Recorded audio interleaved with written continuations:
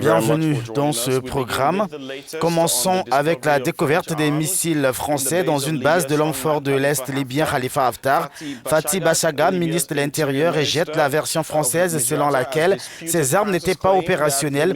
Il souligne que son gouvernement a demandé l'examen de ces missiles par des experts des Nations Unies et des États-Unis pour savoir s'ils étaient opérationnels ou non. Le gouvernement reconnu par la communauté internationale pense que la reconnaissance de la présence de ces armes par la France prouve que ce pays est derrière Khalifa Haftar dans son offensive pour le contrôle de Tripoli.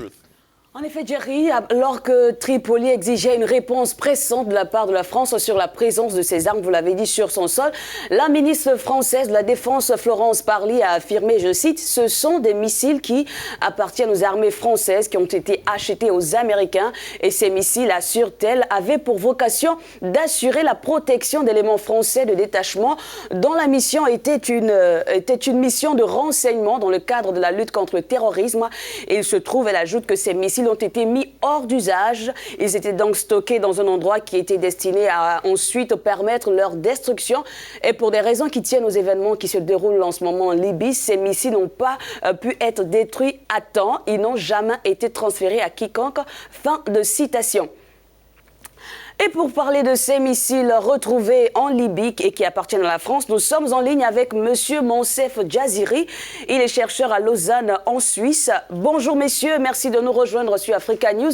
On l'a dit, les 2 dernières semaines en Libye ont été dramatiques. Des dizaines de migrants ont été tués. La passe d'armes entre Haftar et la Turquie et la France au banc des accusés. Washington promet une enquête. Selon vous, qui est responsable de cette détérioration du climat social et politique en Libye?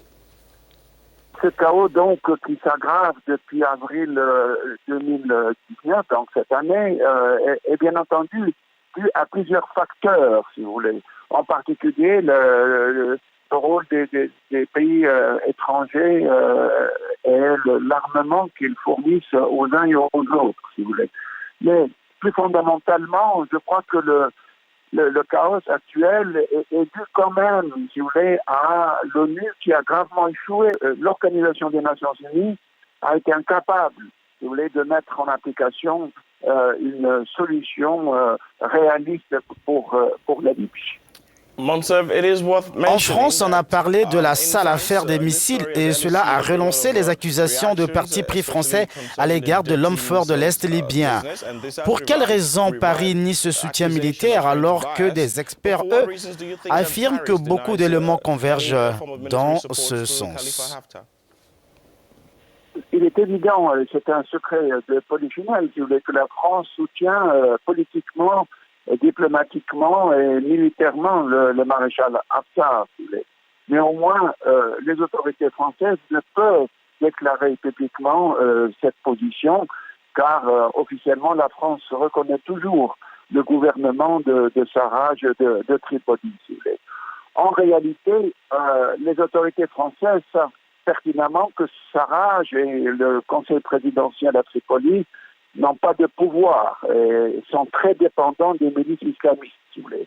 Et que la France, donc, essaie de jouer les jeux à la fois de la communauté internationale qui reconnaît le gouvernement de Tripoli, mais en même temps, elle sait très bien que ce mouvement n'est pas en mesure, en particulier, de lutter contre l'islamisme et contre le djihadisme, qui est une menace pour les intérêts de la France, pour la sécurité de la France et en particulier également des voisins, comme l'a dit le ministre des Affaires étrangères, à savoir l'Égypte et la Tunisie. Donc il y a une position en effet qui apparaît un petit peu contradictoire, mais en réalité la France a, je pense, a fait en quelque sorte son choix. Monsieur Moncef Jaziri, dans la foulée de ces révélations, on l'a appris, l'Union africaine a proposé la nomination d'un envoyé spécial conjoint UA-ONU pour coordonner les efforts de paix. Pensez-vous qu'une implication plus importante de l'UA pourra apporter quelque chose d'autre? Alors écoutez, en effet, l'Union africaine effectivement a proposé la nomination d'un envoyé spécial conjoint, donc l'Union africaine-ONU, afin de coordonner les efforts de paix. Et je trouve que c'est une proposition constructive. Et il faut absolument que l'Union africaine soit davantage impliquée dans la solution de la crise libyenne. depuis 2011, l'Union africaine demande à être intégrée dans le processus de résolution.